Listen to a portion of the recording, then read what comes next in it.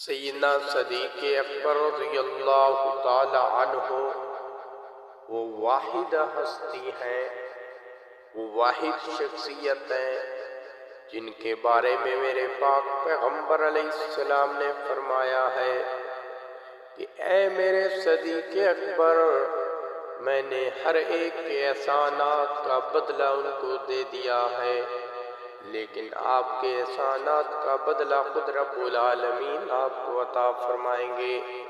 ذرا صدیق اکبر کے مقام کو دیکھیے، ذرا سیدنا صدیق اکبر کی شان کو دیکھیے۔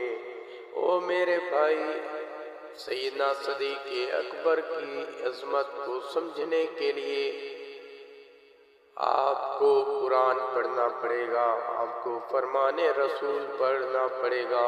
جو قرآن پڑھتا نہیں، جو نبی کی حدیث پڑھتا نہیں، ان کو کیا پتہ صدیق اکبر کون ہے۔